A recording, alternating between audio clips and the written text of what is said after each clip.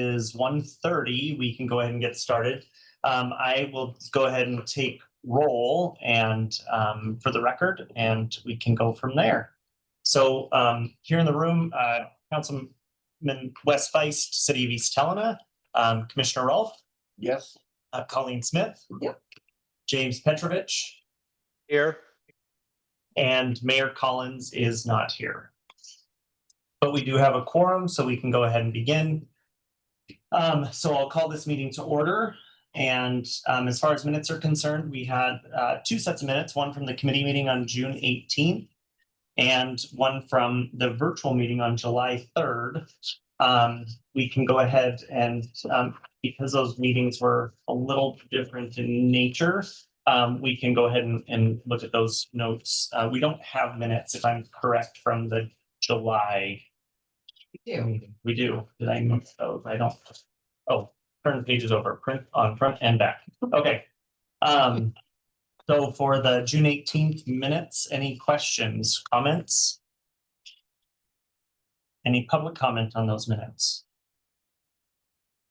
All right, seeing none, I'll look for a motion to approve the committee meetings from June 18th. So good. Second. All right, all those in favor? Aye. Aye. Any opposed? Okay. Minutes from the 18th meeting are approved. Virtual meeting minutes from July 3rd. Same, any public comment on those meeting minutes? And any comments from the committee? All right, so seeing none on either, I'll go ahead and seek approval for the meeting minutes for the July 3rd virtual meeting. So moved. Thank you, James. Second. And Commissioner Rolfe. All those in favor? Aye. Aye. Any opposed? All right, seeing none, those minutes pass. The next item is a correspondence review from the MOAT. There was a September update from the MOAT, and in that update, there were some information about who has been funded elsewhere around the state. And it's just great to see that we have places being approved across the state, and some money going out the door to organizations. Any questions, any comments about these? All right. Nothing to approve there, but just to review. Next, I wanted to go over, and I asked, and thank you, Anne, for adjusting this, to go over this first, just so that we talked about it and approved or denied and had the opportunity to vote on this. Was a NOFO strategy for soliciting and reviewing funding requests. I appreciate the work of Eliza and Anne that they put into this to review, to kind of give us a little bit more direction on how to go through a schedule and schedule things a little bit differently than we have in the past. Currently, we're approving things as we meet about quarterly, and this would possibly change things to make it easier for them to navigate all of the different grants that are coming and going. But it would also give folks that are applying for grants a little more direction on what they expect and to anticipate. And so that we don't have different due dates and term dates all around the clock, but at least twice a year to make it a little bit more streamlined. And so if you all would like to take a look at that, ask any questions. Colleen and I sat in on that meeting. Just Colleen and I, if I recall correctly, in a crazy couple of months. And so, but if you wanted to look at the time frame, the activities and goals, then it just gives a little more clear direction that can be published for those applying and for us reviewing. So we would essentially have a meeting in January. We would still meet quarterly, but it would be done a little differently, where we would only approve or review grants for approval, I should say, twice a year instead. And do you have anything, or Eliza, anything that you'd like to add to that comment? Happy to have you clarify anything. Yes, Chair Price, thank you. The intent with this is to, again, go to twice a year review, so March and September, and align those with the fall and spring vote advisory committees meetings, so they will align right. And then use the other meetings as planning of priorities. For example, this community has expressed interest in a prevention or youth oriented project. And so that could be a priority that's noted directly in the NOFA that would be going out for that period. And then also look at any potential reoccurring or second or third year funding requests at that time too, to align right.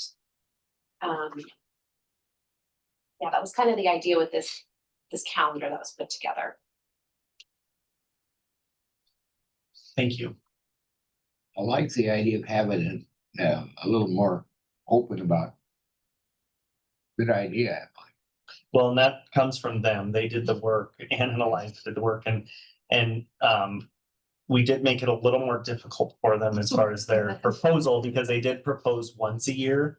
And Colleen and I just felt that we are open to that if that's what you all would like to decide elsewise or otherwise, but we wanted to bring to you a proposal that was twice a year. We felt that that would provide folks in the community a little bit more opportunity and time, limiting it from quarterly, but still not limiting it too much. And so twice a year was our recommendation to the committee, but be happy to take any thoughts you may have if you want to see that less. I don't think Eliza and Ann would like it more, but just for discussion.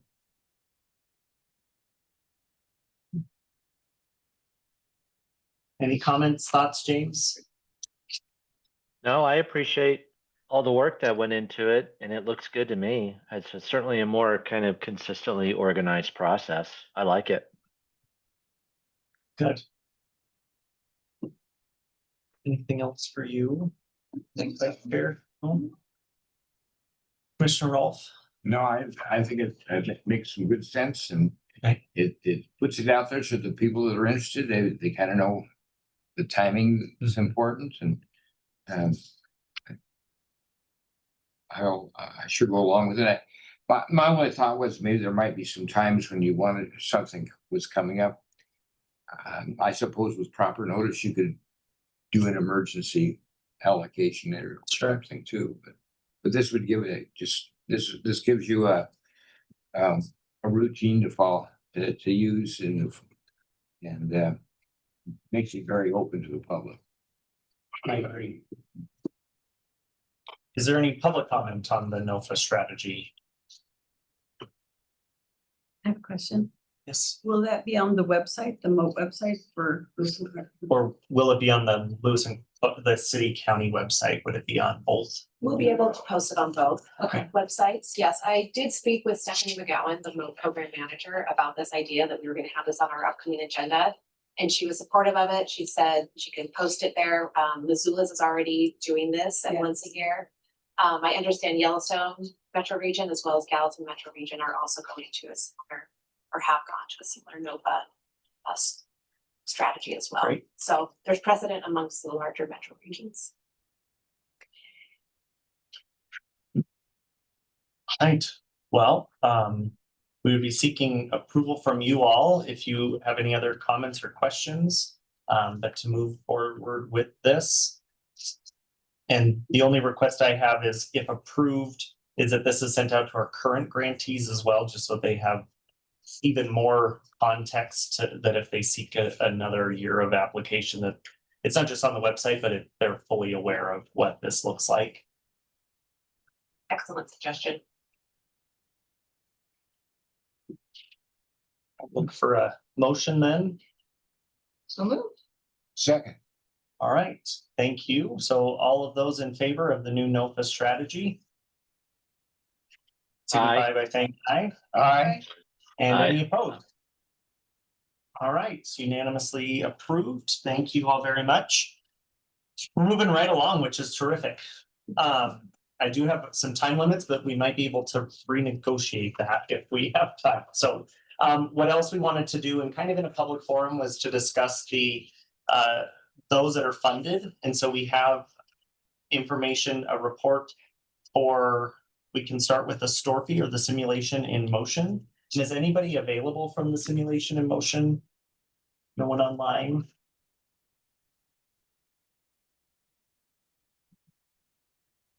I see 6 participants online, but nobody from the Storpy is one of those folks. No, that is, oh, there we are. All right. I did have a couple of questions that I was hoping that they would be here today. But do you all have any thoughts or questions? And I can bring them up and just mention them, and maybe Anne or Eliza, we could reach out to them and ask. I just hope they would be here today, but I like that they are willing to pivot based on need.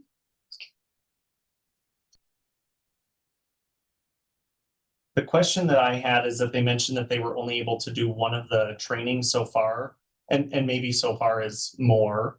But as of the report, they'd only done one, but they had spent $1,500 in travel, and it was to St. Peter's Health. So I was wondering what that includes. I would like a little more detail on that. The others, I'm not as concerned about understanding their startup costs, but the travel, I don't know what that refers to. Do they have to bring people in for the training? Are they they're paying not for all here. folks? Are they paying for folks to travel in? The trainers probably. And that could very well be. But I don't see any. Yeah. That's I agree with you, but that's a good, Yes. that's a good point, and you're probably correct. When did we actually approve this one? Wasn't it one of the first ones? Maybe the April? second, and the second one. Was this an April one? I believe it was in April. Of this year? Yeah. Okay, all right, I will. This is part of our issue with awarding 4 times a year, huh? Point taken. The other question I had was just where are they doing their additional trainings? I know one of the requests we had was that they would do these elsewhere and making sure and just targeting benefits in St. Peter's Health. I'm hoping that they also work with Peerview and go to Lincoln or go up to Augusta, or that they're elsewhere within the county, not strictly relying on Helena centric for people to come to them. Mhm. And I did have one more question. Made it in my notes. Oh, no, those were my 2 questions. James, did you have anything to add? Question, comment? Similar to your comment, Wes, you know, I saw that they had done one training to this point. And when they were asked about any problems administering the project, they mentioned lower attendance, but I didn't see where they ever actually identified a number of participants. I would actually like to understand how many showed up. I'm sorry. I thought they had sent us like a list of people. Or am I? Those are people they want to reach out to is what they have anticipated invitation. But I don't know, I agree with James, and I thought at first this was a list of who came, but I don't understand that.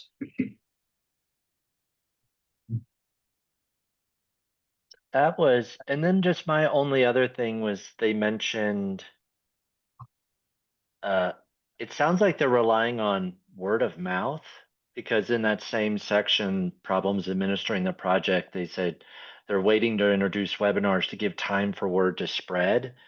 That sounds fairly informal and kind of organic versus more intentional. And so I don't know if we might ask them just for some discussion of a formal marketing / promotion plan that they have to increase participation. Maybe that's embedded in what they're talking about, but they didn't give any details. So that was just a question I had.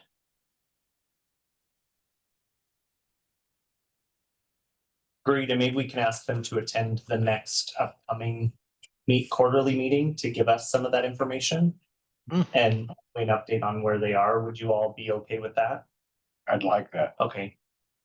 I know we're not requiring folks to be here, but I would like them to be so that we can ask them these questions. Anything else on the Storpy project? I don't know if I'm saying that correctly. The simulation and training program. All right. Well, nothing to approve with that, just a status update.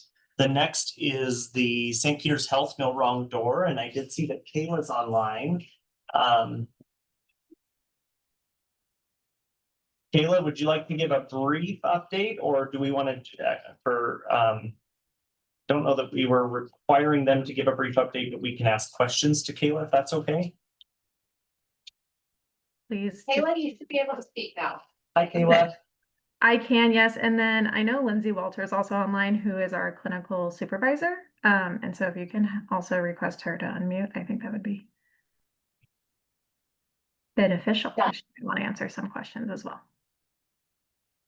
Sure. Well, thank you for your report, and I appreciate that you gave a lot of both quantitative and qualitative information and data, and you updated the budget and gave us, I feel like this was a very, very in-depth update for us, which is great, and giving us some feedback on what not only your progress, but the kind of difficulties you had getting started, but where you've come from that.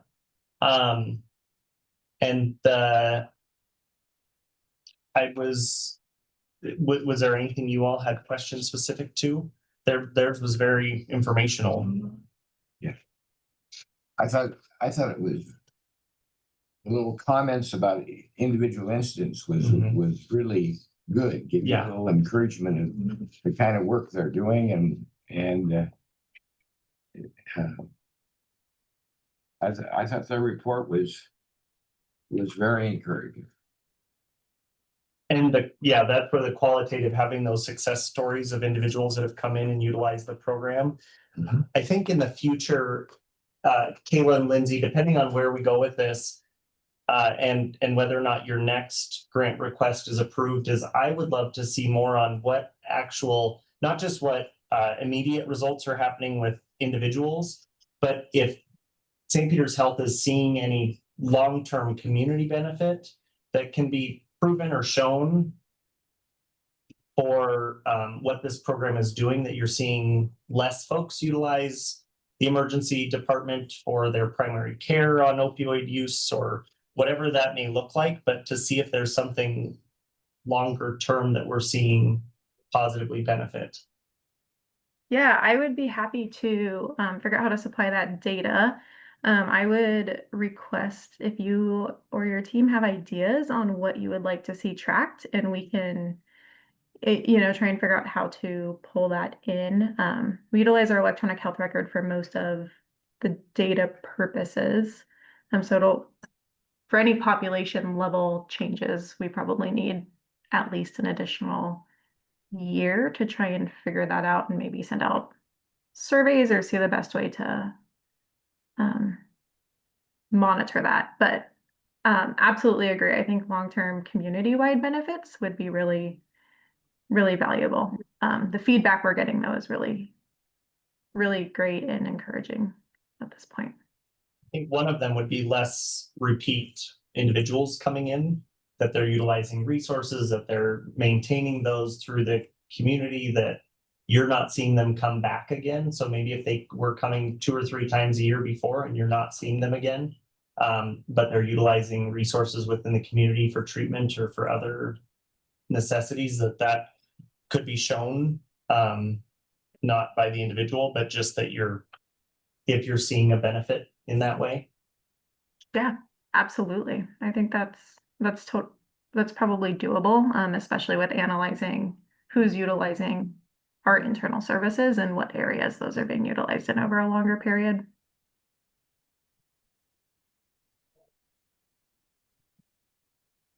I have a question. Is it okay? Please. My internet's being a little spotty today, so I'm never sure if I'm frozen or not. I did appreciate the data provided, the kind of the 30 days before, 30 days of, and I would love to I think it seems like there's a lot of opportunities to kind of drill down even more and start really identifying like who are your more frequent flyers. Now you have 15 people while they're utilizing the service are still going to the ED. I mean, is there even a smaller proportion? You know, are 14 of them using it just one time, and then you got one person who's using it like 7 times? I mean, so I think there's opportunities to kind of even get in more into the weeds a little bit on some of these folks.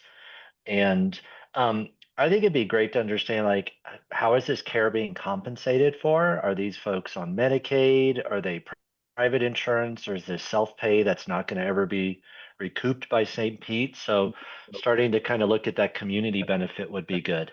And maybe it's in here and I missed it. And if so, I apologize. Yeah, it's not in there yet. We have been in the process of getting our dashboard up and running, so still a work in progress, and those are things that we have on the list to drill into. So hopefully by the time we have our next report to you guys, we will have some of that information. I did write all that down to make sure that we have that. And from anecdotally, right? So from what I've observed reading charts, and Lindsay, correct me if I'm off on this, I would say a majority of the population is Medicaid or self-pay, who we are helping to get onto Medicaid. There have been a handful of commercial payers though. Yeah, Awesome. Kayla, I think you're right. Most are Medicaid. And a few self-pay where they don't have coverage yet. And that's something that peer supports are helping with as well. Yeah, there have been, I forgot about this, a few Medicare as well, which have been a little bit trickier because we do not have any treatment facilities locally that will, because Medicare does not cover inpatient treatment. So it has been a struggle to try and work through. One question, additional question about the last table before you started the success stories. It talks about percent of patients who presented to the ED and had, now is that percent of all patients, any patient who presented to the ED, or is that of the folks that we're talking about in the table above? Oh, yeah. So that is the percentage of patients who came in with opioid use, substance use, or co-occurring, who we were able to interact with. So 100% would mean that 100% of the patients we identify on a report that our peer supports utilize to know who they need to reach out to, had contact with a peer support. And so the 75% as of September when we submitted this was indicating that of all the patients identified that came through the emergency department for a chief complaint of substance use, opioid use, or mental health concerns, had interaction with a peer support specialist. So the goal, of course, would be 100%. Yeah, thanks for clarifying that.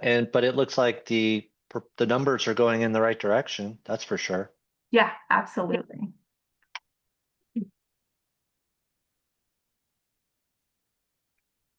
Any other questions for Kayla or Lindsay, the committee? All right, thank you both so much for being on there, and thank you for being good stewards of this funding. And looks like you're making some good progress. Now, when do you know the date this was awarded? April as well, or was this a January but started in April? This was awarded in December, January. I believe. And then it took some time to we hired our first peer support in February, so we began paying them, but we were working through the program development and getting ready to launch in all of the unique locations. So, okay. So January is when the funding went out and would be gone or if renewed. Okay. All right. Thank you, Kayla and Lindsay. Appreciate your time. yeah, thanks, Wes. I have one question really quick. I did see that we are on the agenda later for reviewing the grant application. I assume you would like us to stay on for that. That would be great. Yes, Okay. please. Perfect. I will We'll make sure to do that. Yeah, separate. Thank you. The last one is the Good Samaritan Ministry Stops program. We did ask for monthly reports from them. They provided us with one, which was good and gave very clear information. It was very abridged, very clear information. Not a lot of narrative, which is fine. Is anybody on from Good Samaritan Ministries, excuse me. Okay. Do any of you have questions about that?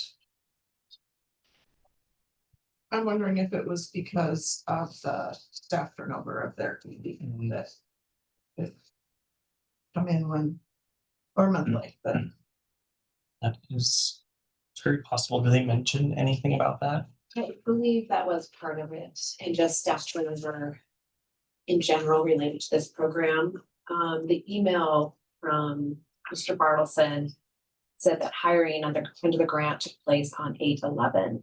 And I believe they went under contract with the opioid abatement in late June. Mm. So they were a little behind on getting, but not too bad really. So I think August was actually their first month post. And sounds like a commitment to make sure that they're on time going forward.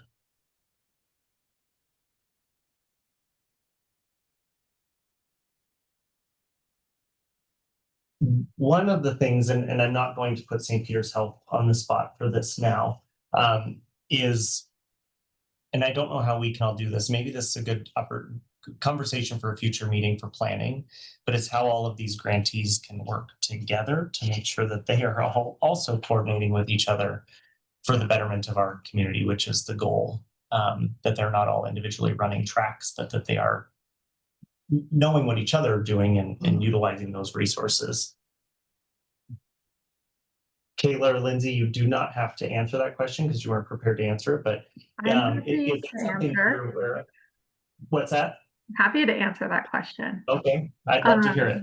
You know, I was surprised to find out about the opioid simulation that occurred at St. Peter's Health, and part of that is our own internal communication failures. But I believe that occurred a few weeks after we went live with peer support in the emergency department. And I think it would be really valuable for peer support to be involved in that. And so, while yes, that is always the uphill battle internally, I do think that it would be great to have these discussions. And so one way that I think might work is a quarterly meeting with all of the grantees of the moat to try and figure out who's doing what to make sure that there isn't that overlap and we can really have the best utilization of our funds. I will say, as it relates to Good Samaritan and their street outreach program, our teams are in coordination multiple times a day. So there is less overlap there, and we've had a great working partnership with them since we started our Fuse work a few years ago, and really co-support each other on a lot of patients, but in very unique ways. And part of that is with the ties to the medical setting, and then their ties to being able to spend a little bit more time on that community level work to make sure that everyone gets the care that they need. So I hope that helps answer some questions. It does, Kayla. Thanks, and thanks for the honesty about the other program as well. That was a fear I had, and so I do love the idea of a quarterly meeting with everybody, so we're all on the same page and know what's going on. sure. And I'm just trying to think of with the NOFA strategy and how if we're going to review grant applications, but then do planning kind of in the off, so it would be twice a year. I like the quarterly, but I Yeah, not quarterly, I think. But Once a year or every or 6 twice, months. yeah, even on those off meetings, if Yeah. that's something that we spent a half hour doing, Mhm. would be helpful. Mhm. So an agenda item for the non-review period to do, that's a great idea, Kayla and Colleen, so. Any specific questions for Good Samaritan Ministries about their review? Did we decide we're gonna put them on the agenda for the next meeting? We will invite them to a future meeting to for coordination of all of the grantees. All right. And maybe after next month's report, if there are any questions that come out from that, we can send them to you in a request.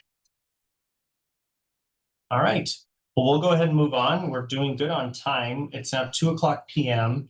We have 5 grant requests to review today.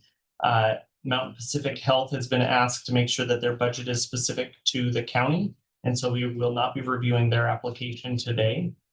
Otherwise, we have 5 others, and with those grant applications, just so that you are all aware, online and in person, we have a presentation from you all today. We gather information, we take it into consideration, and then we have a Zoom meeting next week, Tuesday?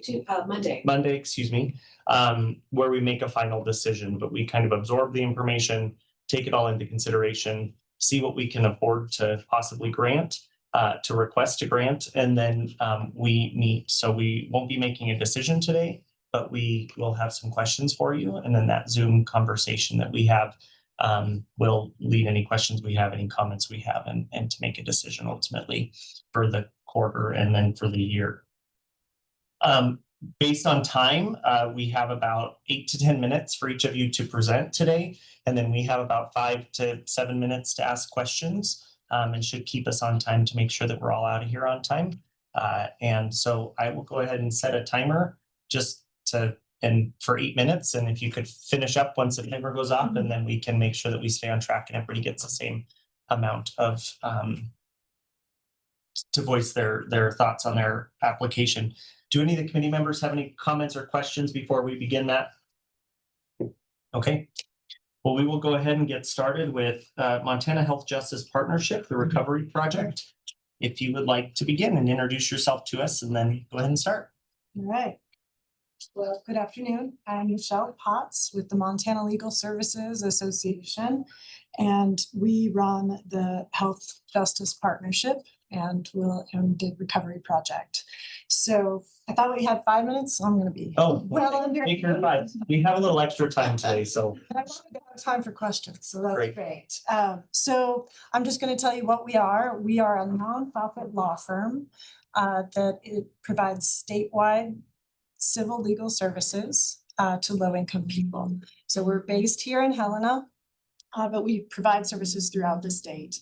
And these are non-criminal legal matters that low-income Montanans are facing, such as domestic violence, evictions, public benefits, consumer debt, all of these kind of issues. We're the only statewide provider. We provide about 4,000 cases a year throughout the state.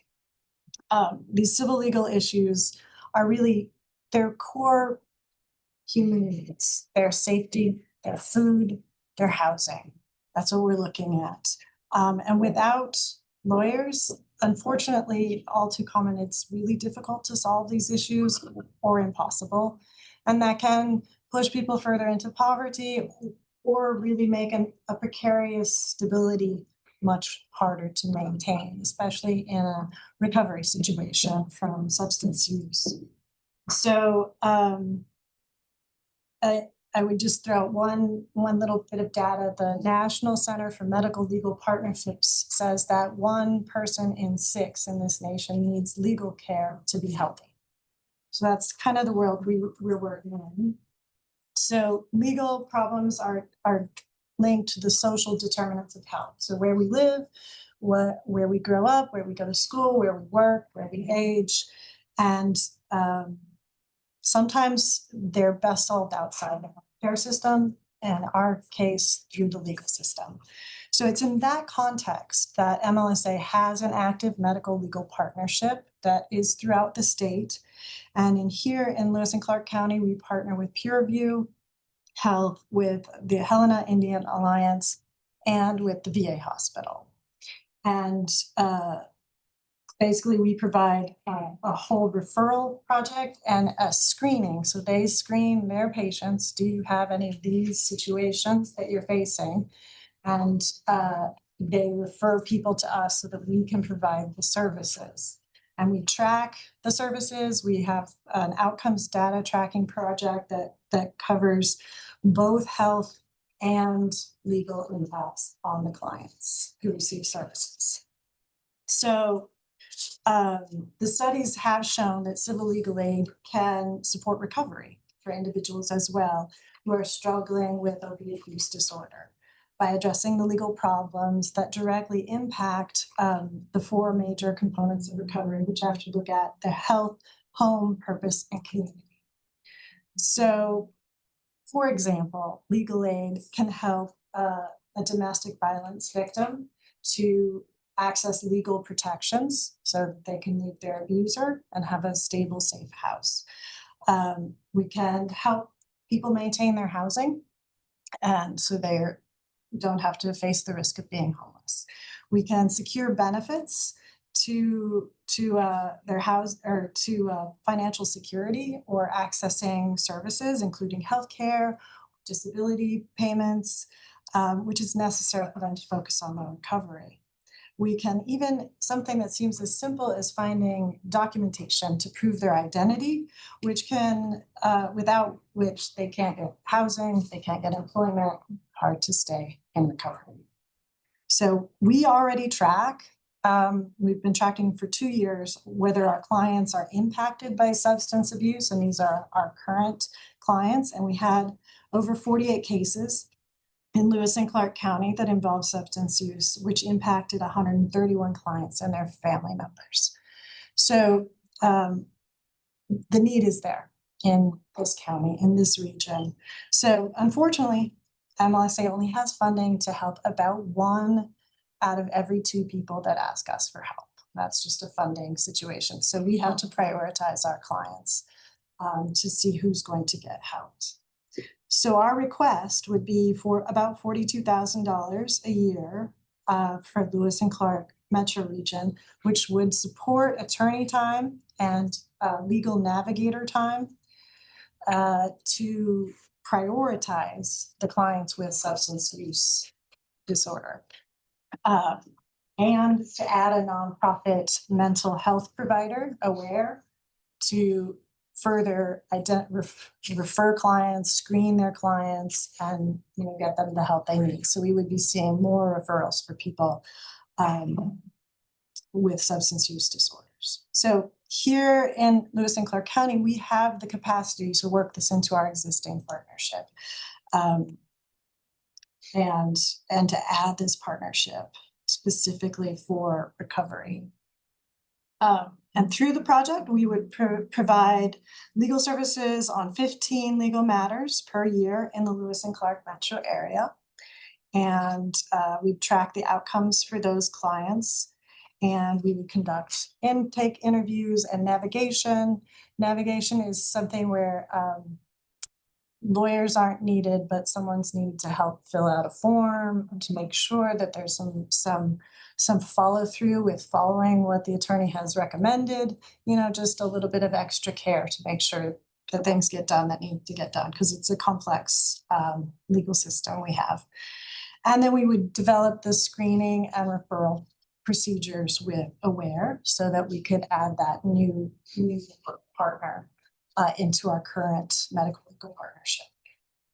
So basically these services, they have a significant impact on people who are experiencing opiate use disorder and who need help staying in recovery. And basically when people can access the tools they need to build a safe and secure life, then they can stay in recovery. So thank you for taking the time to listen to this, and I would love to answer any questions that you have. Thank you, Michelle. Ms. Michelle. Yes. Are there any questions from the committee? James? Just a clarification would be helpful. When I looked at the proposal includes a lot of different regions and metropolitan areas, and I see that Lewis and Clark's costs are at like 10% because other groups are paying the other 90. How is that going to show up? Because it looks like several metro areas and that they denied it. And so I'm just wondering, what is the kind of the funding picture now that it looks like fewer groups or fewer areas are going to take part in this, or they're so does that, is this 42,000 that we're talking about really going to get us what we're talking about today? Because there's fewer people participating. Do you know what I mean? Yes, I'm glad you asked that. We structured that application so that we really want to get services into rural areas too. And so we purposefully decided to cover try to do the whole thing. Like, if we could do the whole state, this would be great. Because those little areas, those little rural areas just don't have, they're not gonna be enough for us to go out there on just them. So we decided to pitch the whole thing, but that's why a metro region like this one, 42,000, and we're already here. We already have partners. We already have the staff hired.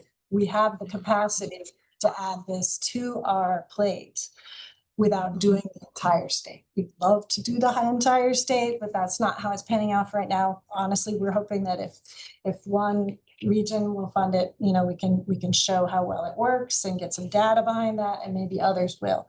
But we can definitely make it work here, and we can add the referral partner with Aware, which I think is gonna be critical to getting more services to the people who really need it. And we can use our current partnerships as well. So the answer is we have the capacity to add this rural area or this area with the 42,000, and we would add those 15 additional clients who might or might not have been able to be served under our current funding. Thank you. So by adding Aware, do they service like Lincoln and Augusta? I mean, how are you gonna reach the rural? So You can't reach right now. well, we have an outreach staff who spends all of their time, 1.0 FTE, reaching everyone in the state with information. So we're online. We have montanalawhelp.org. So that's a self-help website, and it helps they work really hard so that it has resources for everyone for free, and it sends people to us. We have social media. We try to get in the papers. We do clinics in rural areas. We have partners in rural areas so that we can reach out through HRDC organizations, the senior centers. You know, we reach out to domestic violence shelters. We have partners in a lot of rural areas. So that's kind of how we reach out to rural places. And so we would tap into that existing structure to do our outreach. Plus our partnerships with other referral agencies. Because we can't do it all. No one can. It's a good thing to know. We have time for one more question for Michelle. I have one if you all don't. If I might, Sure, please. just your current budget for your organization's 684. Is that right? 684. Our annual budget? Yeah. This current annual cost is 684. Is that? Oh, I just brought the Lewis and Clark area. So that would be if we did the statewide.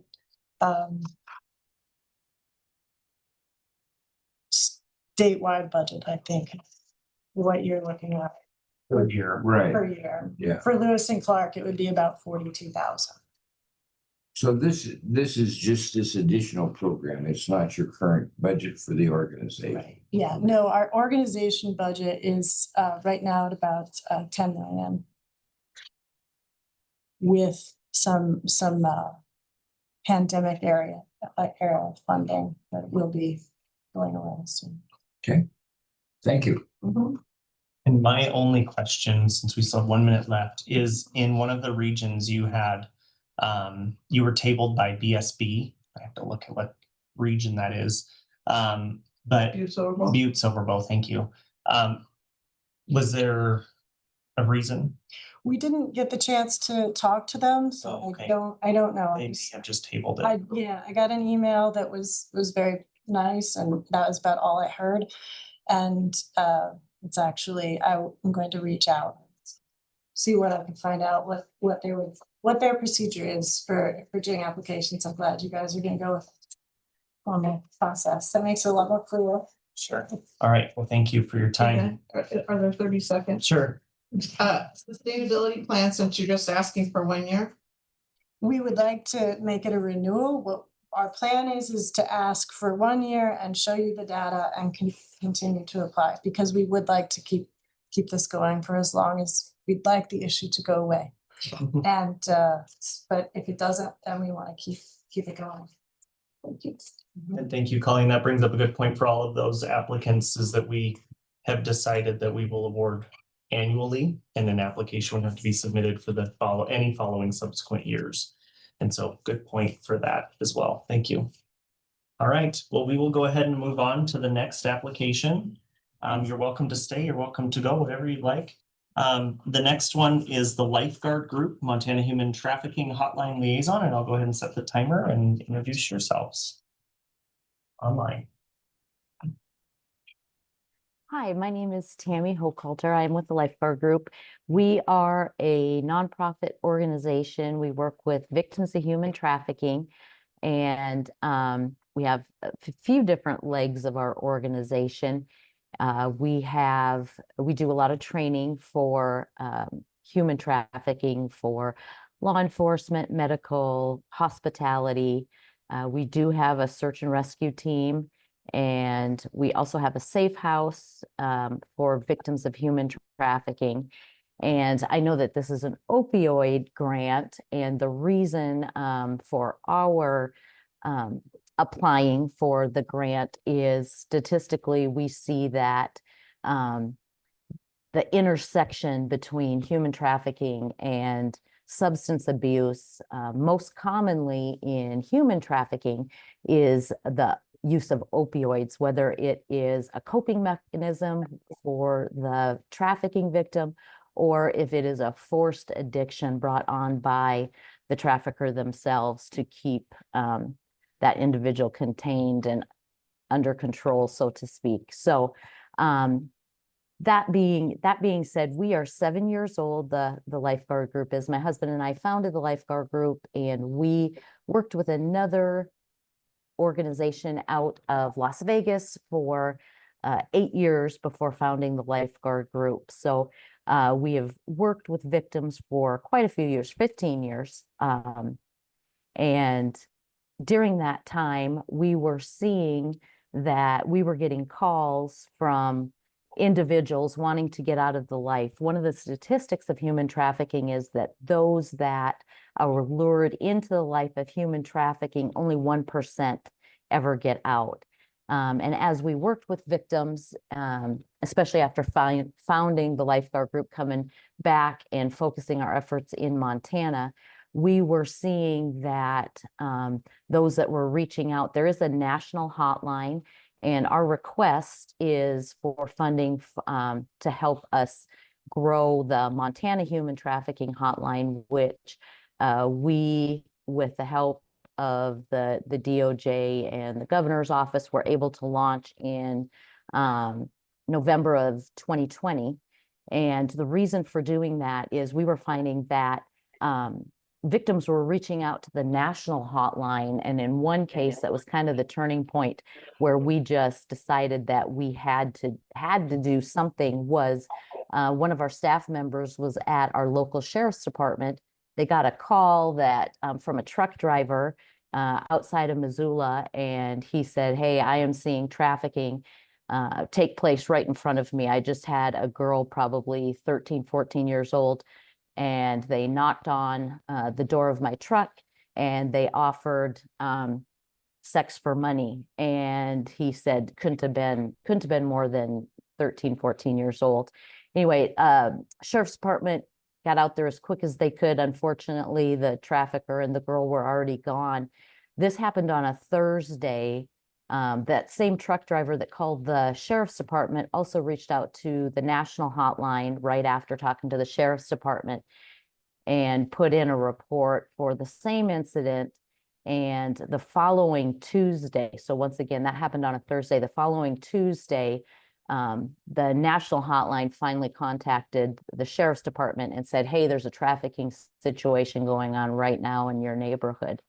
And I don't want it to sound like I'm putting down the national hotline. It's just they have so many calls and they can just not keep up with all of them. And so that is what led to us starting the Montana Human Trafficking Hotline. I did enclose in the application our last year's report But over the years, all in all, the Montana Human Trafficking Hotline, we have received 509 calls from victims or individuals who are reporting seeing trafficking. And as I said, the reason that the intersect on this particular grant is, I would say 99, probably 100% of those victims that we have worked with over the years have also had an addiction. And that is one of the things we're trying to combat. Through the funding that we have requested, right now our staff is for the most part manning the hotline throughout the state. We work closely with individuals in Helena. As we get a report from the hotline, we report it to the supervisor agent of the human trafficking unit that is housed in the Department of Justice. And so we do a lot of work in Helena with different departments there. It would be very advantageous for us to have a liaison who would actually act as a state coordinator. We are hoping to eventually get a liaison in every region throughout Montana. So not only will they organize individuals who can volunteer to answer the hotline, but also to put together more conclusive organizations that we can partner with, and we can refer trafficking victims that call in to the hotline, whether if it's housing. Like I said, we do have a safe house. Unfortunately, since we opened our safe house, I don't know if you say unfortunately or fortunately, we opened our safe house 2 years ago in August.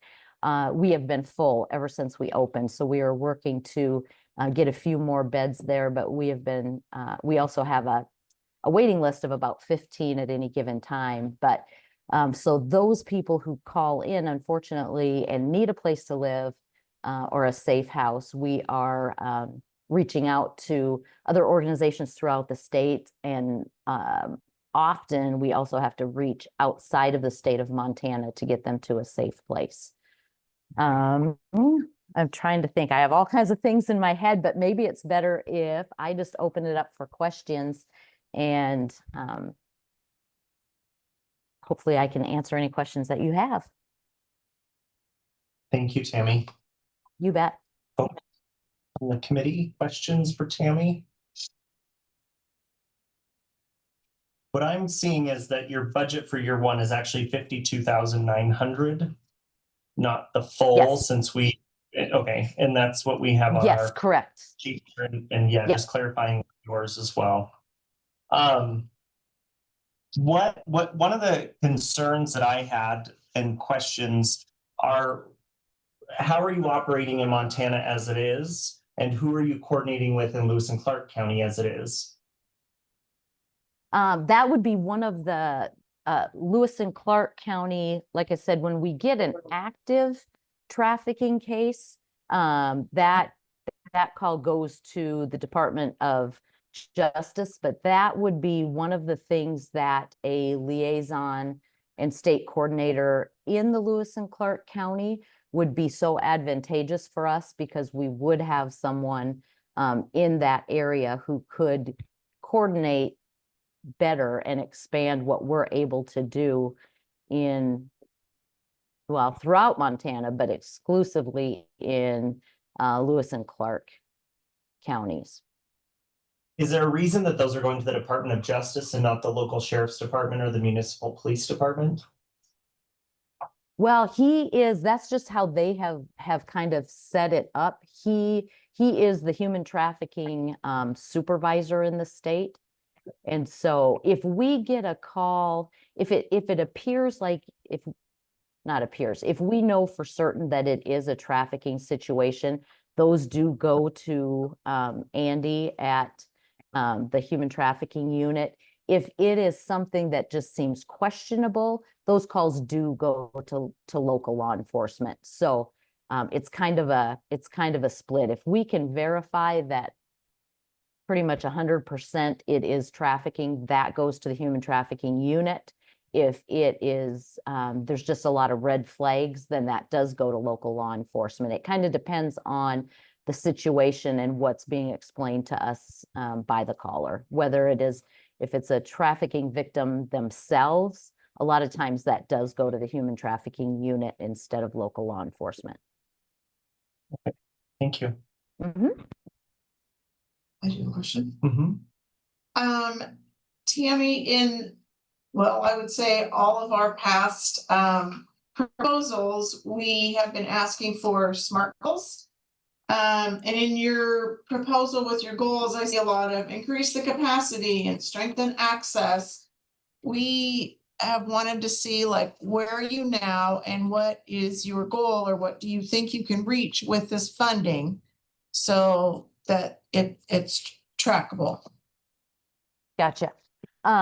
We do have all of the data that we do that does come in from the hotline. We do have we do keep very good records, and it is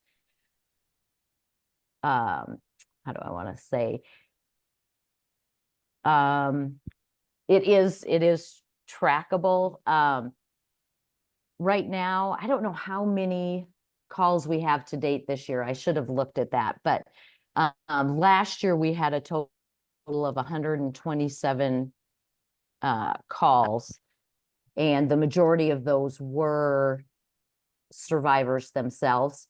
I think, and as I look back, I noticed this right before I jumped on the call, is that right now a lot of the calls that are coming in are either our callers say they either found us on social media or by word of mouth. And so one of the things that we are sure that once we have a little more funding, we will be able to do, I don't know if you want to use marketing, but we can make that the number for the hotline way easier for victims to find. And I think once we do that, I believe that those numbers are going to jump significantly just with the additional access that survivors have to that number. And Yep. we do have, as far as like tracking, one of the other things that we are able to track from the calls is how many calls per county we're getting. We don't demand, or we don't make it that a caller has to give the data of where they're calling from, that kind of thing. But we do have a lot of different areas, male, female. We have, race, if they're willing, age, reason for the call, whether they're in immediate danger, if they're not in danger. But I think there's probably a few more areas that we could expand on and provide even better data with the funding that we are requesting. Thank you. I have a question. Yeah, you bet. Thanks for your application. I'm wondering, it looks like the part-time person, they're going to be working about 10 hours a week. Mm-hmm. I'm just trying to think of how are they going to juggle? I mean, there's a significant amount of travel involved, it looks like, for some. I mean, I think you're budgeting $6,000 a year for travel. And maybe this is something you could submit. I mean, you don't necessarily have to come up with this right now, but maybe you could submit it Okay. later. It's kind of, what is a week going to look like for these people? At 2 hours a day, or is it 10 hours a day on one day? And I'm also interested in kind of their qualifications, because when I did the math on their hourly rate, it's about $52 an hour. And so I'm just trying to think, like, who are we hiring? What kind of education or training are we looking for this position?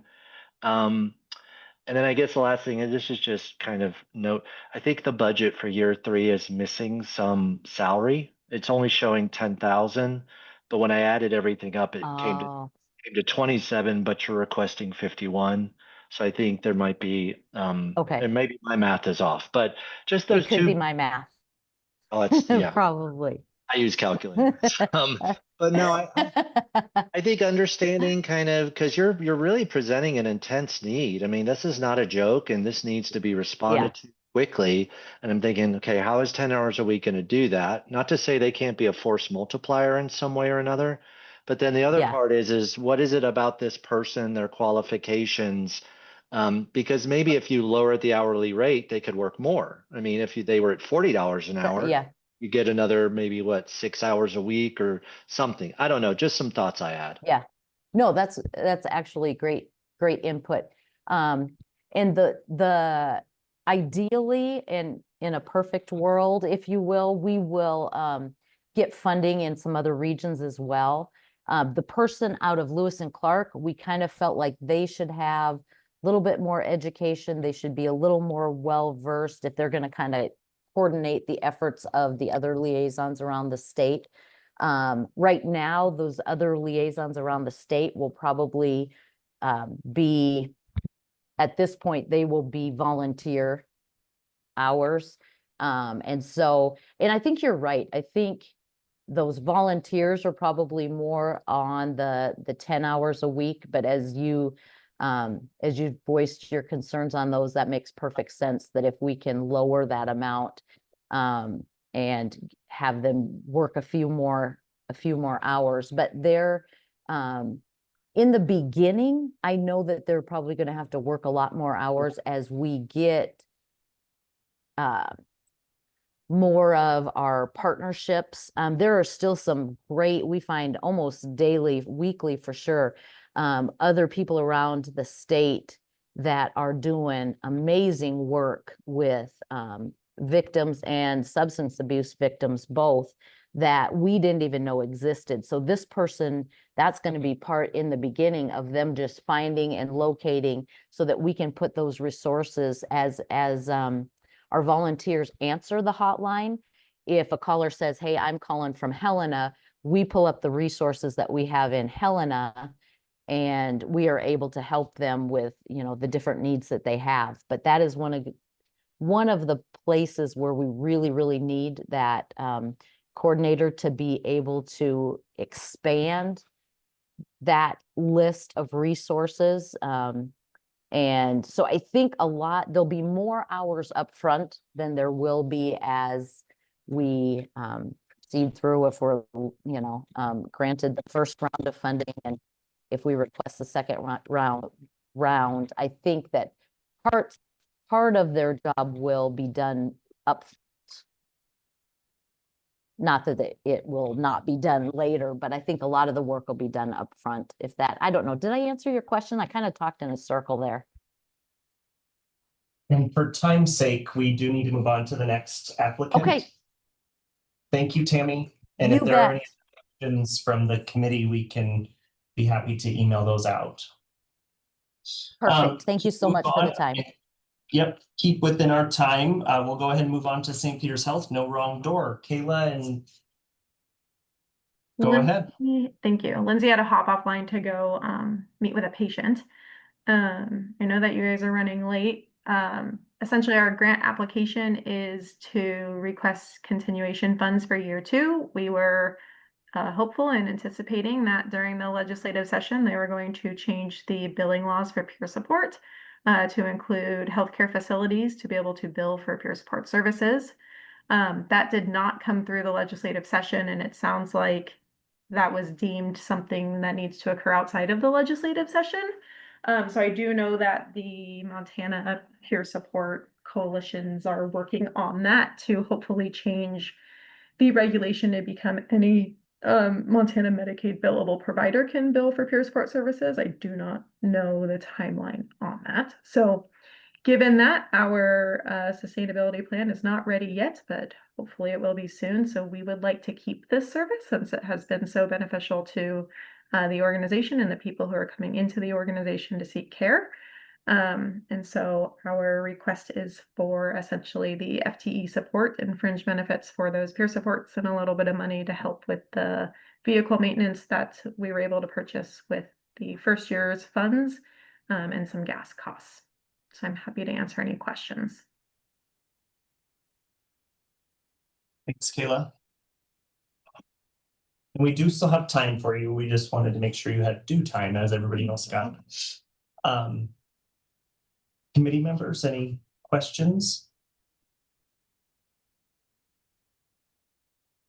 I don't know that I have a question, but I think just an observation. And um, I think one thing about this program that's been helpful is that it really is one of the more explicitly targeted on opioid use disorders because they go through the screening of the ED.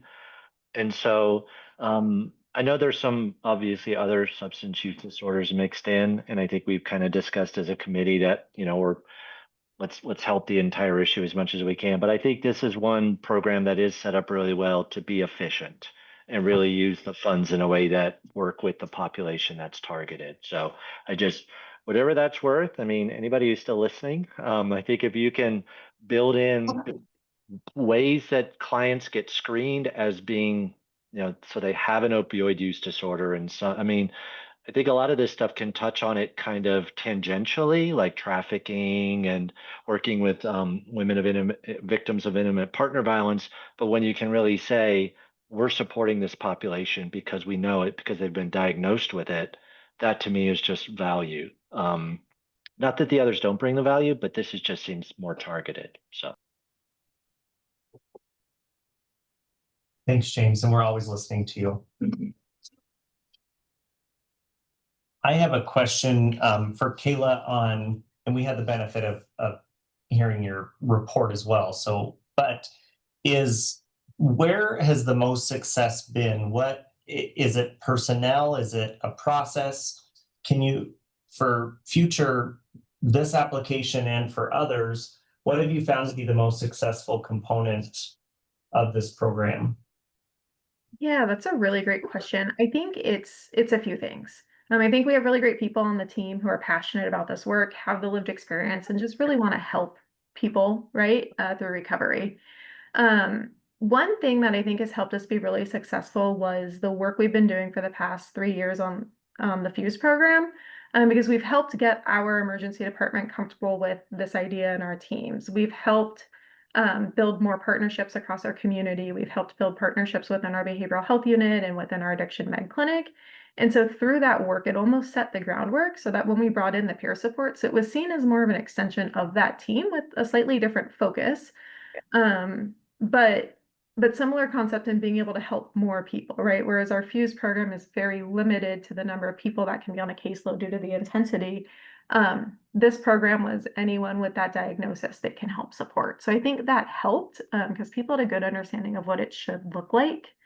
The other thing that I think is just helpful in general is the resources that the health system has in the sense of, right, like we already have an electronic health record that lets us capture the data, and we have the data, at least from the health system, available at our fingertips. And so we've been able to, instead of saying, hey, call the addiction med clinic, they'd love to see you, our peer supports can just book that appointment right then and there, or walk them over and get an appointment. So I think there's been a lot of things that are helpful. One of the big things is the groundwork we've been able to lay through a similar but different program. And also having really just amazing people in this role. I hope Thanks, that Kayla. answered what you're looking for. Other committee questions?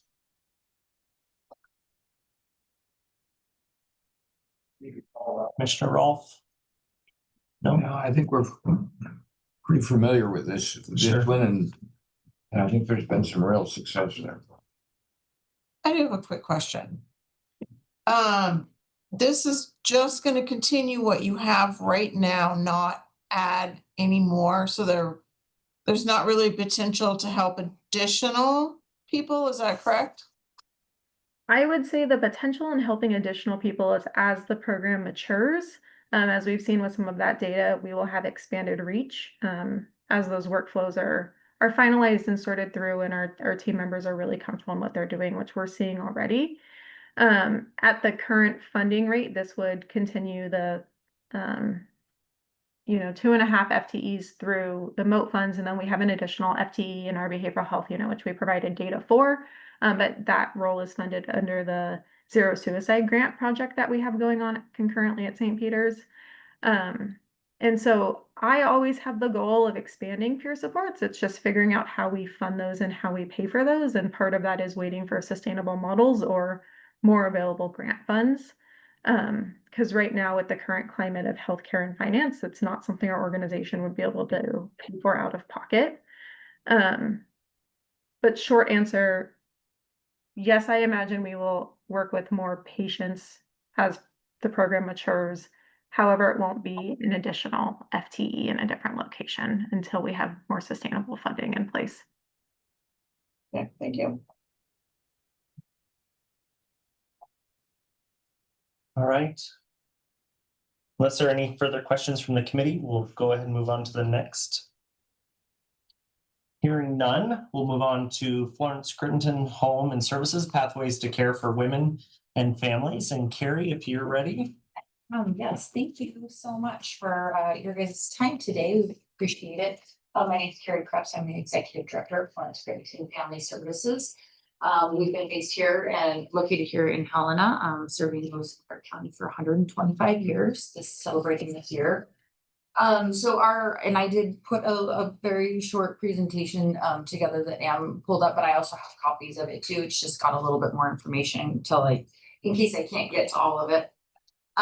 So we just put our core values up there, but really just a quick overview of our programs to give some context. We run a residential programs. All of our programs are based on the idea of offering a trauma-informed 2-generational approach to working with families. So while a lot of our work looks very much intervention-based with parents, really it is to try to, I would say, pull off the most primary prevention that you can, which is dealing with moms and their children when they are in utero and infants up to 5 years old. So that's really the focus of everything we do, is that primary prevention. What we're hoping is we can help these families, regardless of what these parents have gone through, raise a generation that this funding is not needed, because we have been able to prevent from the point where really this all starts, where, like I said, is in utero. So at the core of those programs, when we're working on these goals of serving families, is our residential programs. Those are probably what we're most well known for, and that's what this project is really about. We have a youth maternity home that serves moms ages 12 to 19 or 20. We're the only licensed youth maternity home in the Pacific Northwest that will take a mom as young as 12 up to 15. Most programs will start at age 16 and above. And then we have a 3.1 recovery home for women and children. That's a licensed program in the state. We're actually the only licensed 3.1 that will take children anymore in the state. There were 7 about 5 years ago. We're down to just 1 of us. And I'll talk a little bit more about what that's created. So we then we also have our Family Healing Center, which is some wraparound services such as home visiting. We've worked in the county with the county health department and other providers for, almost 15 years now in home visiting. We provide those home visiting services throughout Lewis and Clark County. So we go up to Lincoln and Augusta. We actually even reach a little bit outside of the county in Jefferson and Broadwater as well. We also provide our parenting classes to those areas as well as in Helena. And then we have our childcare programs that are 46 slots that are open to, and that can be residential families, that can be our own staff, and that can just be community members. So that's kind of our big picture. Like I said, all of our residential clients can receive any and all of those services. Our residential programs are treatment-based. So as you heard, we do have a license 3.1, which is 3.1 ASAM. 3.1 is a level of addiction services that we provide specifically in that. And then our youth maternity home, while it's not licensed specifically as a substance use disorder program, because that's actually pretty complicated to do under 18, they receive all of the same services. I would say about 85% of our youth maternity home moms are also suffering from some level of substance use disorder, or we're in kind of an early intervention stage with them. So a couple of the things just in our objectives, one of the things we've seen, and when we found out, these things kind of happen quietly over time. One of the things we saw is that as recovery homes and these services started to close, we've seen a massive uptick. And we knew this was going to happen post pandemic. We've seen a massive uptick in substance use services being needed while the number of services are going down. Same with kind of what the factors are for these families. I don't want to say it used to be cookie cutter because we'll deal with residential services for kids. Nothing's cookie cutter. However, felt like we understood what we were dealing with. And in the last 3 years, what the complexities for these families, what they're trying to deal with, the barriers for them to enter programs, and then the decreasing number has really shut that up. We saw legitimate 215 inquiries into our program, our residential programs last year. That's just legitimized, not just thousands, right, of emails and phone calls, but legitimate. That's probably double what I've ever seen in any given year. What those families were facing, and like I said, the complexities of what they needed to overcome just to get an application into us, was astounding. You've heard a lot about human trafficking, a lot about homelessness, domestic violence. We've seen a lot of those things that do present complicating factors. So what we have taken a look at this last year is how do we improve? How do we do a better job of meeting these clients where they're at? Because I don't like the number that of those 215, we could only place 14 of them. That doesn't feel good to me. 6.5% placement rate is not what I want to see. Now, a lot of different factors playing into that, but we need to be able to start dialing into what those factors are and being able to collect the data that allows us to drill down, identify those barriers, and then be able to turn around and meet those barriers to entry. And we also need to be able to collect that data in a way that we can advocate and talk at the legislature and in our communities about what's happening. So a couple of the things that we have in our project activities, we have a kind of a year one, and then ongoing. We would like to look at this ongoing. The year one is really looking at the data collection piece and our technology increases. So that's 11,500, and that would be to create our more user-friendly inquiry application program on our website, and being able to call in and just, we need to fine tune that, and we need to make it much more accessible. We also need to be able to better track our inquiries and how often we're reaching back out to them, what are the needs, and we just don't have a proficient data collection system. So we need to be able to add that. We have a capability in our current electronic health system current electronic health records to do that. We need to be able to add the modules so that we can be more sophisticated in how we're collecting that data, how we're keeping up with those potential clients, and how we're reporting out. Colleen, I noticed that you mentioned in a different application, and I thought it was interesting that you said, increase capacity and do some of those things. I feel the same way about our own. And the big piece of this year one is just being able to collect that data so we can get a really true lay of the land so that we can set what those goals are going to be moving forward. If we can really look at, okay, 6.5% placement, not great, but what really was it about those? And then we can start setting goals from there and being very intentional about the work that we're doing. So that's a big part of that year one. The second piece is the staffing. That's the largest component, human services. So our staffing is always going to be our largest ask. But really it is to build some capacity in our case management and our admissions coordinator positions so that we can be reaching out. I'm thinking of every single person that has, spoken today, some of the reporting out, those are all services that we need to be able to either be connecting our referring clients, the ones that are inquiring into our programs, we need to be referring back out to them. If they can't get into our program, I want 100% that we can get them to the right program. And that takes a lot of time, and that is unpaid time. Admissions coordinators are not paid for. Nothing that you do in Medicaid, nothing you do in any of those worlds pay for any of that. Case management, great. You can, you have a substance use disorder. You have to get to the point to actually get the diagnosis. And oh, by the way, you haven't been on Medicaid for a really long time. all of that provision of service, it goes unfunded until you can get them into the systems and get things settled. And that's really where we're missing a lot of these families. That's where we're losing them because they get caught in that gap between reaching out for an inquiry and point of admission. There's a lot of steps in between that are unfunded. And we really want to be able to build that capacity. And the last part of that is to be able to continue to build our partnerships. I would give anything to be able to have my clinical director and a couple other my clinical staff, or residential staff, be at every single FUSE meeting, every single coordinated entry meeting. I don't have the capacity to allow them to do that. I've got to keep them billing hours more so that I can pay for them, so that they can, so I can shove more hours into their day if I can do that.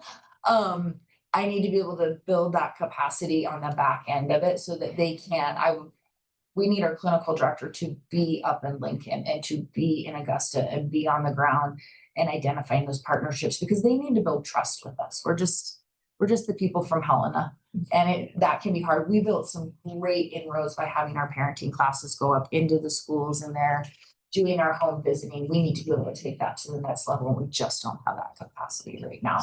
So that's kind of the overarching. I'm happy to answer any questions. I put a couple, and I'll pass these out, but there's just a couple of extra slides in here about talking about investment in families. And Commissioner Rolfe has heard me talk about this for years now. But really, really what is our investment in children, and how do we get to that true prevention with children? And it's really working with it. Thank you, Happy to Carrie. answer any questions that you guys have. Committee questions for Carrie and for Florence Crittenden.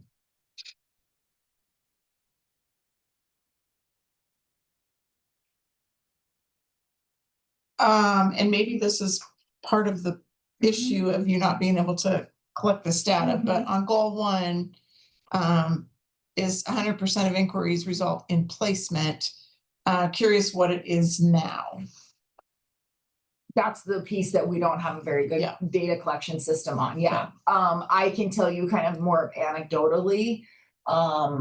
We know what our placement is into ours programs, but then if they can't be in ours, what's the referral rate out? We don't have a good data collection system. Anecdotally, I would say 40-45% probably would be my, if I could look at the data in my mind in the giant, terrible spreadsheet that we have, yeah.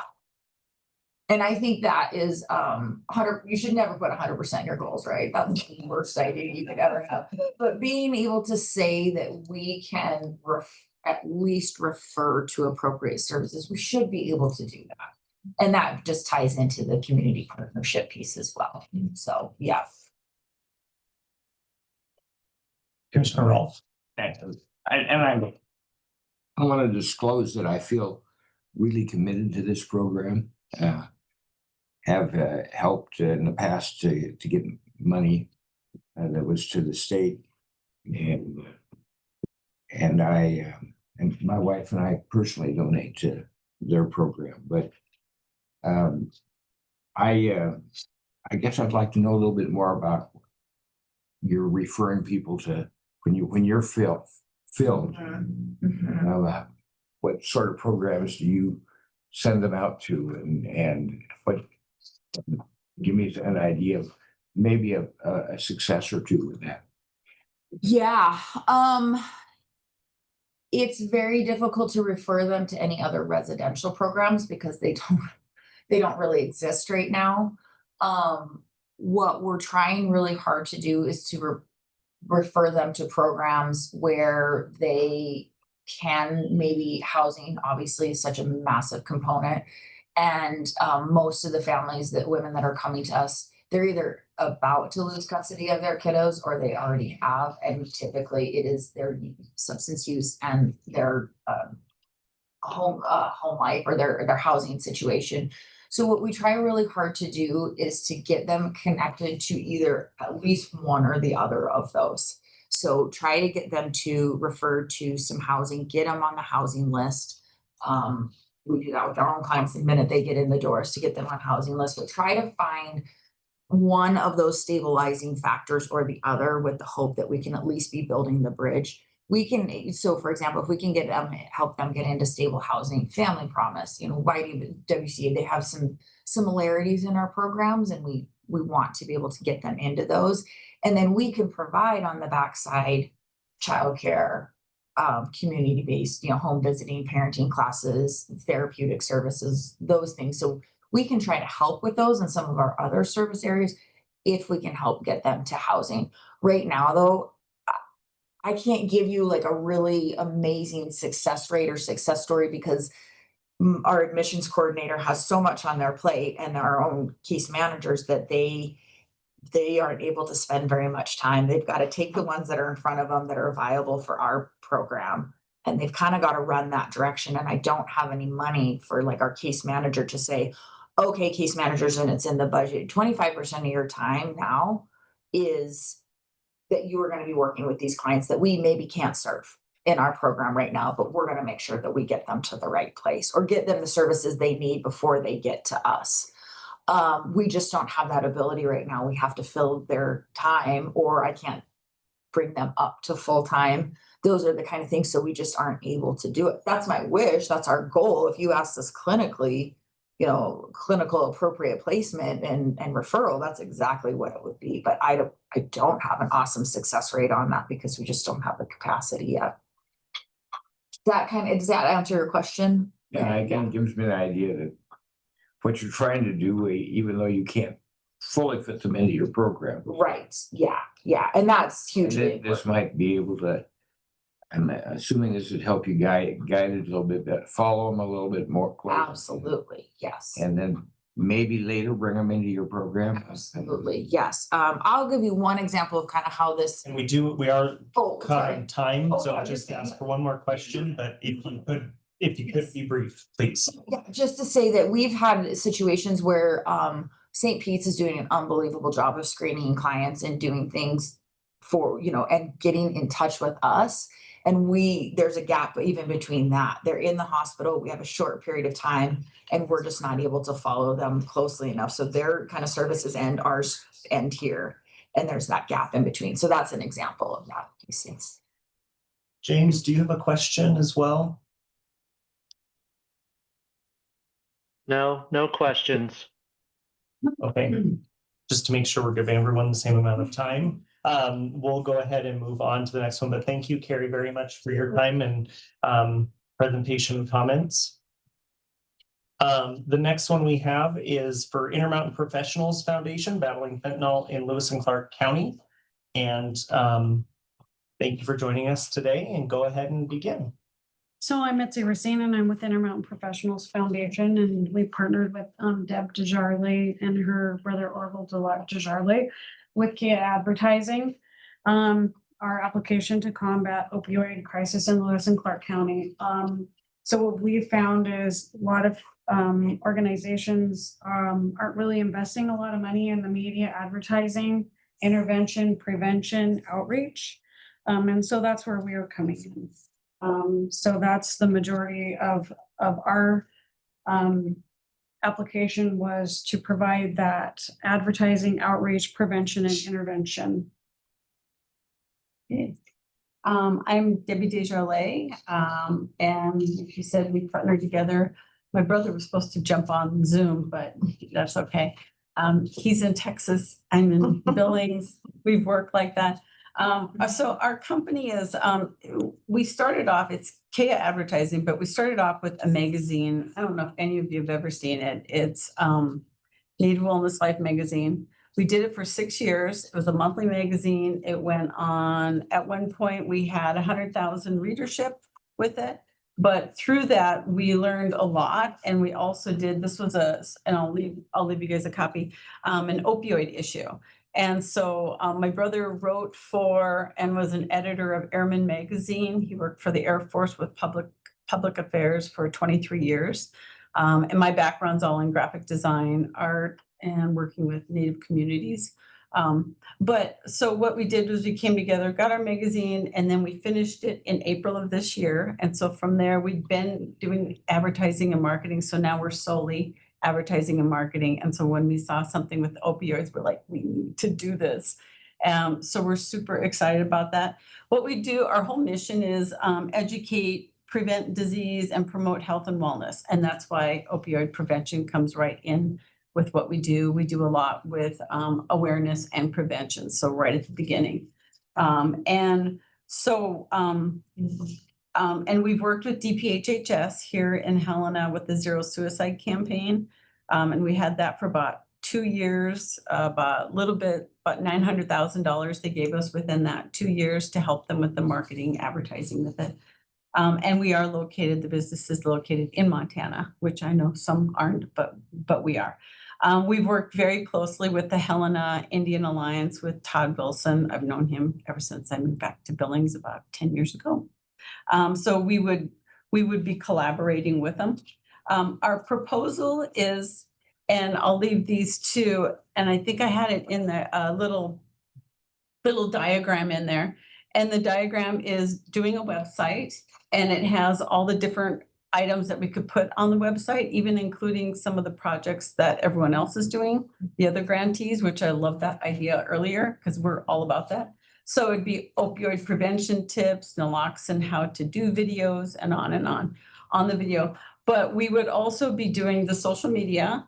We'd be doing the posters with the QR code, and then also a billboard with the QR code. And so what that does, adding a QR code, having it on the website, posters and all that, we keep the analytics. So your reports, however you want them, quarterly, monthly, whatever, we're keeping an eye on it like weekly. And one of our staff members is a data scientist, and she's really, really good.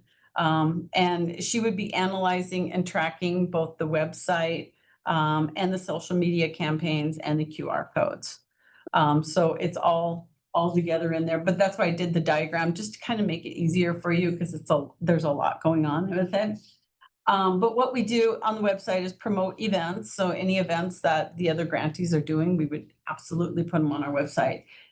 Build community of interest, have videos on it, promote partner organizations, and it'd be a hub for the multi-agency resources. And we're a company that can create, host, and provide custom content. So we do it all from front to back, and a lot of agencies don't, they'll hire out, but we do it all in-house.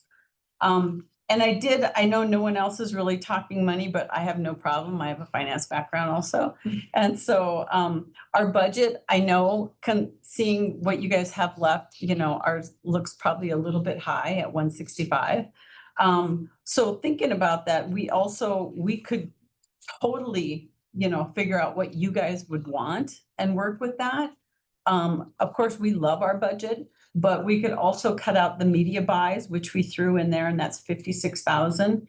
And if we had to, we could also cut out the video, and that would put us at a little bit less than 100,000 at 97,005.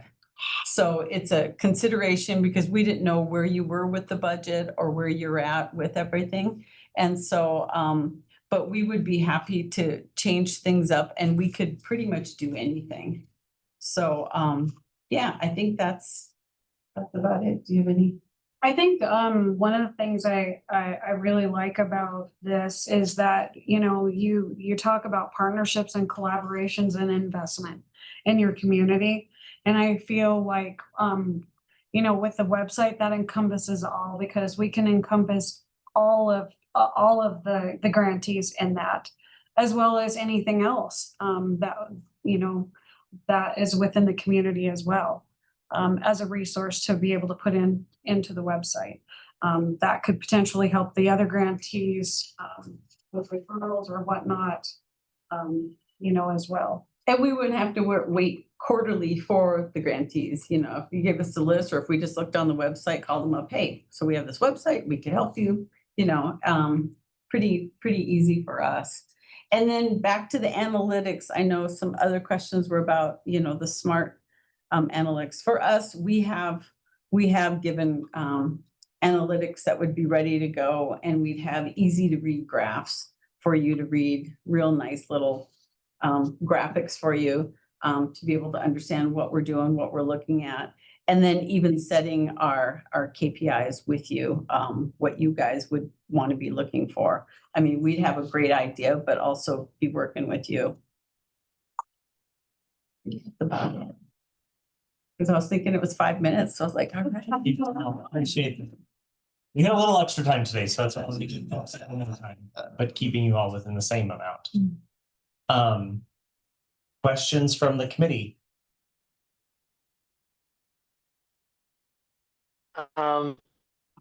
Just a question. So, I really appreciate the work you've done.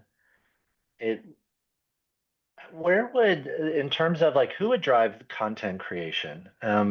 I don't know, and I'm not saying nobody does, but it doesn't seem like, as I was reading these basic descriptions about the nonprofits, I wasn't getting a sense that anybody's like directly tied to like mental health services or substance use treatment. So where would kind of that expertise come from to build and inform all the website content and all the other creative? I'm just gonna give you one answer, my brother. So he does all the research. He wrote the magazine for 6 years. Every month it was like a term paper. Each section of each story, he had to research. By the end of 6 years, we were hiring content creators, content writers, female Native American writers, because that was where our magazine was going. But he's a wealth of information. And then we also have another person that works with us that also creates content. So we do both written content, design content, we do it all.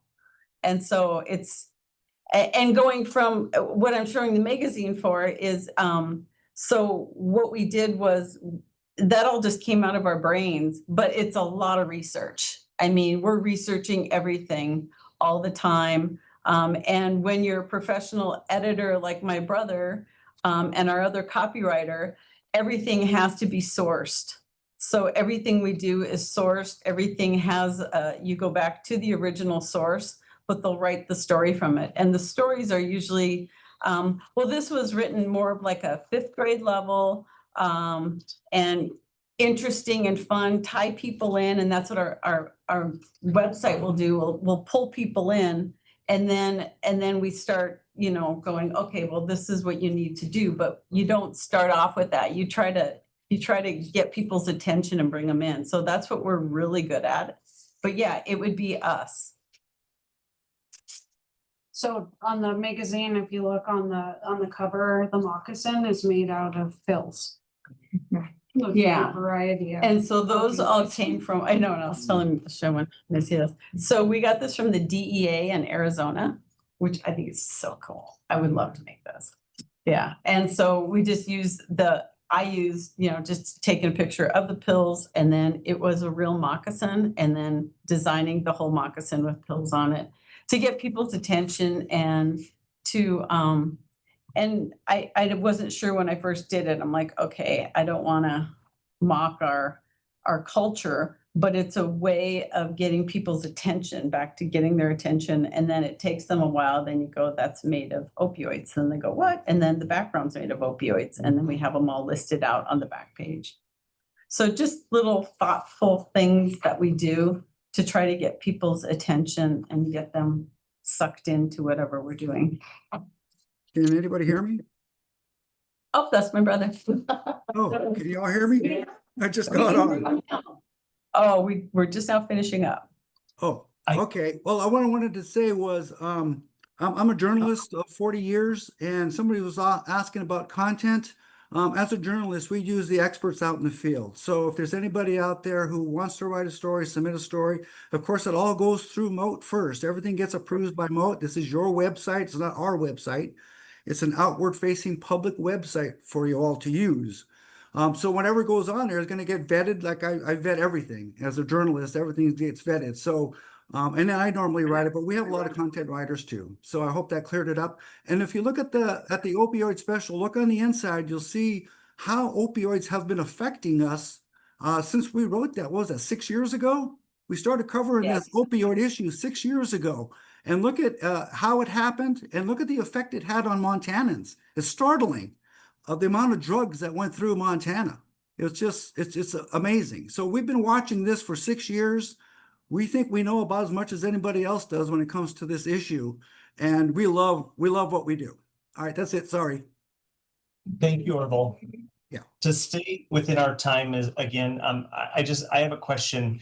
Did you all do the work for the state of Wyoming, the Ignite program? I was confused about No, the application. We were just throwing an example an out that example. it was a $600,000 website that state of Montana or state of Wyoming did, Okay, just as a reference. sure. You have addressed in your application, you've identified that you want to submit this application to all of the regions. Yeah, Have you done that? we have, and they're everything's a little bit different, just depending on the size of it. The abatement centers, it was more of a website for each county, but we haven't gotten anything. Okay, yeah, I saw that it was, you recently applied, so Yeah. just you haven't heard back from any of the others.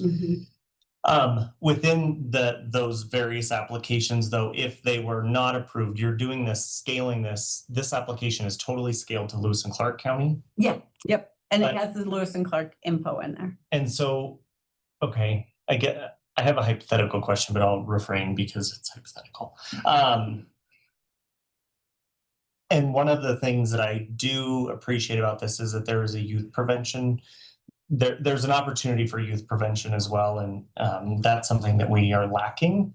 And I think that this project could lend itself to, especially based on the Ignite website and what they have. So if you're modeling things after Wyoming, Okay. and if this was approved, I just think that there's an opportunity to lend itself to the youth portion as well. I am a little concerned by the startup costs and the sustainability of that and the amount of budget. So my last question, if you could give me a brief answer, is if you were to cut out the media placement in a video, which to me sound pretty significant to the impact of the program, what does that leave you with? So we would just be, so this was like our perfect scenario here. We'd be getting rid of the media buys. So we would be doing more of the free media buys or our partnerships with because we've even had videos that have gone viral through TV stations that liked our PSA. And they liked it, you build a relationship, and then they pick one, and we ended up with one of ours. And it was through Paramount, and we got 500,000 views on it because it was during the halftime of Super Bowl halftime. Okay. So yeah, so then we just go on the free route of getting impressions and reach and all that through the website. It's still doable. It's just, this is like the perfect scenario. And so we thought, let's do that. And we could do it without a video. We could also, I mean, we can create ads from anything. We just have to figure out how we're going to do it. It's just the startup is more of the creative development, just thinking, using our brains and figuring it out and doing our research in this area, which we've already started on how to target the youth. And check out what they're doing in Wyoming and then just kind of massage it. So it's still doable. And then if we were to come back the second year, it would be cheaper and it would be taking money out of the strategic and the creative development and cutting that down and then putting more money into media placement. So, but we would have this website up within 6 months. And we would start getting hits. So that's our goal. Okay, thank you. And Any if other I can chime in for a second. We're running short on Oh, time, yeah. Orville. I would Oh, like to go ask ahead. if committee Sure. members have questions. I do have a quick question. So, you said that there would be like resources on the website? Yeah. So just based on history and experience, anytime you list resources on there, they have to be constantly updated because links break or they aren't effective anymore. So what's the sustainability plan after this to make sure that it's still relevant? We'd still be watching it. I mean, if the website's up and we're going for the year, we're following it, we're watching it, we're making sure things are going all right. We'll have a page on there where if there's something wrong, to get a hold of our data scientist, and then she'll problem solve on that. So yeah, we've thought through that, and that's not a problem. All right, well, if we have any other questions here on the committee, James, are you good? Or does anybody else have any questions for this group or any of the others? All right, well, if we have any questions, we will send them through Anne or Eliza. And if you all have any other questions or comments to us, please feel free to send those as well, and they'll route them to us, and we're happy to get back to you on that. Thank you. Yeah, thank you all very much. No. All right. As we always do, at the end of the meeting, we are not making a decision today. Our next meeting will be October 6th. That's a Zoom meeting at 2 o'clock. And we will make our decisions there. But before we go today, is there any public comment about any of the applications or the Moat Lewis and Clark County region for the good of the order? I will take that as none. And otherwise, thank you all. Committee members, do you have any other comments or questions? Okay.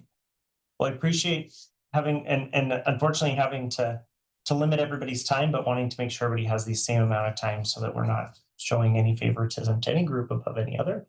But we appreciate everybody's time. And James, thank you. We'll see you online on Monday.